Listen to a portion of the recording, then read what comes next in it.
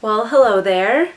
Today's video is dedicated to foundation. I think it's been about a year since I posted my last foundation routine video, and the reason being is because, as I mentioned in my first one, which I will link in the description box below, I don't typically stick to one foundation routine. I switch up my foundation literally every single day, and it's dependent on a ton of different things. What's the weather like? What kind of look am I going for? Is my skin clear? Am I a hot mess that day? Have I been using self-tanner? What kind of coverage do I want? Light, medium, heavy? There are quite a few different circumstances that factor into what foundation I'm going to use that day. But the reason I'm doing this video is because I believe in my collective haul I had mentioned that I purchased the Kat Von D Lock-It Tattoo Foundation, and I was really happy with it. Many of you were asking to see how I apply it. It is very heavy duty, it is very high coverage, a little bit goes a long way. It is a little bit thicker, and many of you had said that you've had difficulty applying it because it is so thick, so I thought I'd share my method with you. Half of the video is dedicated to those of you who are looking for a high-end foundation routine, and then I've done a drugstore alternative for those of you who want to save some money and not break the bank but get equally as amazing quality and coverage from your foundation. I personally love drugstore foundation. 80% of the time when I'm doing my own makeup, I do use drugstore, and then obviously I have department store and high-end foundation in my kit because I use it on my clients. For those of you who are hesitant to go to the drugstore for foundation, don't be. There are a ton of very, very high quality foundations in the drugstore that I personally think are almost better than many department store foundations. Otherwise, I wouldn't use them the way that I do.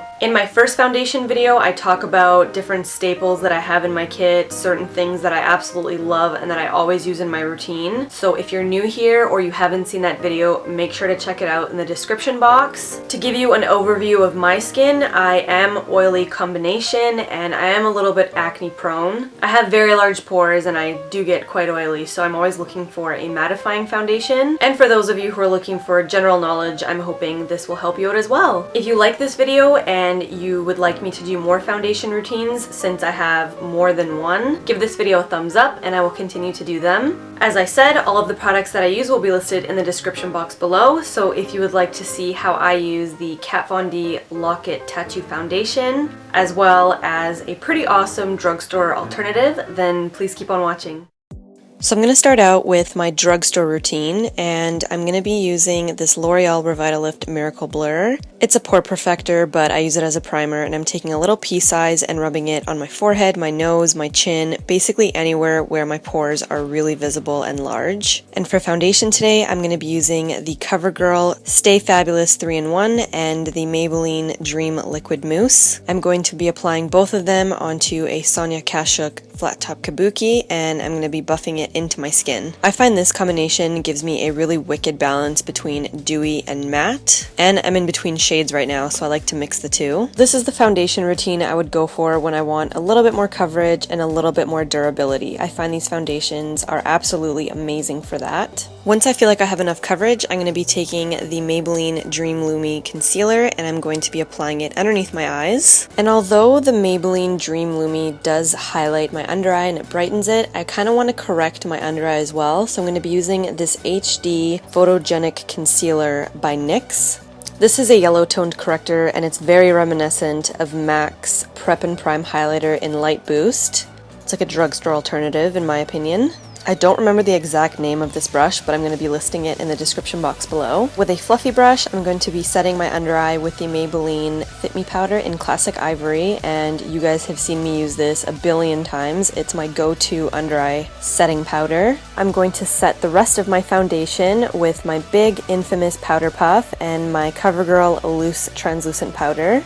And I'm just packing it into my face. And if you guys are new here, I love using a powder puff because I find it gives a really nice airbrushed finish. Now I'm going to contour a little bit, so I'm taking this NYX blush in Taupe and that same fluffy brush, and I'm just going to contour my cheekbones very lightly. And to finish off this fresh face look, I'm going to take a little bit of Milani Baked Blush in Luminoso and apply it to my cheekbones and the apples of my cheeks. Now I'm just taking a clean spoolie and brushing the powder out of my eyebrows. One thing that drives me mental is when powder gets stuck in my little baby hairs. I'm blonde, so you can always see when there's powder in my hair. So I'm taking a little wet cotton ball and I'm just going to clean out any excess from my baby hairs all around my hairline. And that wraps up my medium to high coverage drugstore foundation routine. And now for my Kat Von D foundation routine. I don't know why the lighting changed so drastically and makes me look blue, but anyways, I usually like to alternate between the MAC Mattifying Primer, the Benefit Professional Primer, the Lancome Effect Miracle, and the Smashbox Photo Finish Primer. Today I think I chose to go with MAC's Mattifying Primer, and again I'm just applying it to my forehead, nose, and my chin. And now I'm grabbing my Kat Von D Lock-It Tattoo Foundation, and I'm using the Sigma F80 Flat Top Kabuki brush. So what I'm doing is I'm putting a pump and a half on the F80, and because it's so thick, I like to work in sections, so I'm just applying little dots all over my face to evenly distribute the foundation to begin with. This warms up the foundation a little bit because it's actually hitting my skin and sitting there for a few seconds before I start buffing it in. And then as you can see, I'm basically holding my brush by the ferrule, which is really close to the bristles, and I'm starting to do really intense circular motions, and I'm pressing the foundation into my skin. So you gotta really roll up those sleeves and work it into the skin. I basically only use this brush with this specific foundation because I find the bristles are so tight and dense. They do a really great job of buffing out this super thick foundation. I'm gonna be taking the MAC Prep and Prime highlighter in Light Boost, and I'm gonna be applying it underneath my eye. I'm being super generous with this because again, this is going to act as a highlight. And then for concealer, I'm going to be using my MAC Pro Longwear Concealer. And I'm trying so hard to just get half a pump onto my finger, and I succeeded. I'm dabbing just a little bit underneath my eye, and then ta-da! With a wet beauty blender, just gonna blend that sucker out. I swear to God, every time I apply concealer or setting powder underneath my eyes, it looks like my eyes are gonna bulge out of my head. Am I the only one this happens to? Let me know in the comments below. I think this is probably the first time you guys have ever seen me use a beauty blender, and to be honest, I only use it for my under eye concealer on occasion. It does a really beautiful job of blending it out. And then again, to set my under eye concealer, I'm using my Maybelline Fit Me powder, and normally I would set my foundation with the CoverGirl loose powder, but I'm going to switch things up and I'm going to be using the Ben Nye luxury powders, and I'm doing a combination between Buff and Banana. So on the back of this palette, I'm going to pour a little bit of Buff and a little bit of Banana, and don't mind the fact that it looks like a drug paraphernalia. And with my powder puff, I'm just going to dip it onto that palette and set my foundation all over my face as I did previously. And again, with a wet paper towel, I'm just going to run it through my hairline and get any of the powder out of my baby hairs because it drives me nuts on my own hair. To contour, I'm going to be using Benefit's Hoola Bronzer.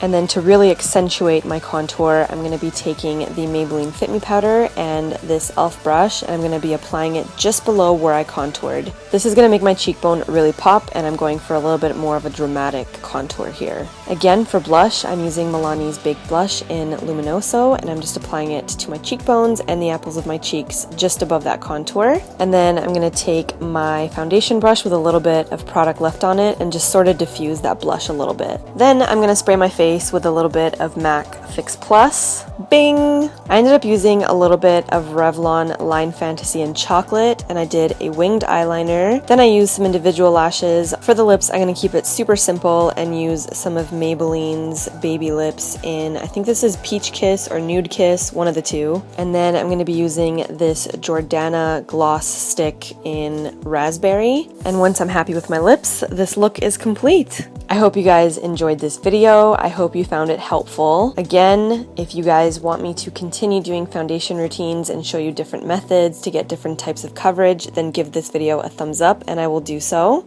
As always, thank you guys very much for watching. Thank you for subscribing, and I'll see you in my next video. Love you. Bye!